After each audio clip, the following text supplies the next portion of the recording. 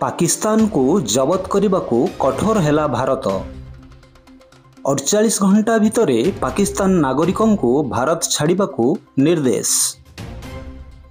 पाकिस्तान सह कौनसी संपर्क रखिबा को चाहुनी भारत। अटारी वाघा सीमा बंद कला भारत। पाकिस्तान को वीजा रद्द कले मोदी सरकार। काश्मीर पहलग्राम रे होइथिबा भयंकर आतंकवादी आक्रमण रे भारत सरकार पाकिस्तान विरोध में बड़ एक्शन नैछंती। सरिला सीसीएस बैठक। पहलग्राम आतंकित आक्रमण को नहीं प्रेसमिट सहित सरकार बड़ निष्पत्ति। सीमा पार हुई आतंकी आसिछंती। प्रधानमंत्री नरेंद्र मोदी अध्यक्षतार गतकाली संध्यारे बसिथिला बड़ बैठक। अनुमान करा जाउथिला कि एही आतंक हमला उपरे केंद्र सरकार एक बड़ कार्यानुष्ठान ग्रहण करिवे ताहा एबे सामना को आसीछि। पाकिस्तान सह समस्त संपर्क काटिदेबा पई निष्पत्ति नैछंती भारत सरकार। सेथिपाई प्रेसमेट परे सूचना दैछंती वैदेशिक मंत्रालय। आउ सबुठारु बड़ कथा हेउछि पाकिस्तान मानक भिसा को रद्द कले भारत सरकार। सार्क भिसा थिबा पाकिस्तानी को स्वदेश फेरी जिबा को निर्देश दिया जाइछि। 55 रु 30 को कमिबो दूतावास कर्मचारी संख्या।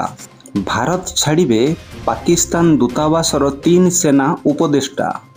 7 दिन मध्यरे भारत छाड़िबा को पाकिस्तान दूतावासर 3 सेना उपदेष्टा को निर्देश दिया जाइछि। एहा सहित चेकपोस्ट गुड़िकर संगे संगे सुरक्षा व्यवस्था को मध्य कड़ाकड़ी करा जाइछि।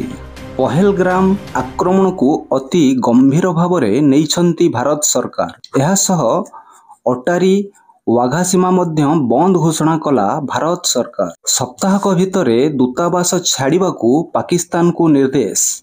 पहलगाम आतंकी हमला परे वैदेशिक मंत्रालयर यह हेउछि बड़ घोषणा। एही निष्पत्ति दुई देश मध्यरे संपर्क को आहुरी जटिल करिपारे। विशेषज्ञ मानक मतरे यह पाकिस्तान कृषि और अर्थनीति उपरे गभीर प्रभाव पकाई पारे। कारण सिंधु नदी व्यवस्था पाकिस्तान जलसेचन और जल जोगाण पई मुख्य स्रोत अटे। आतंकी हमला परे मोदी सरकारंकर यह हेउछि सबुठु बड़ कार्यानुष्ठान। प्रधानमंत्री मोदी कहिछंती निरीह जीवनर मूल्य पाकिस्तान को निश्चिंत भावे देबा पई पड़िबो।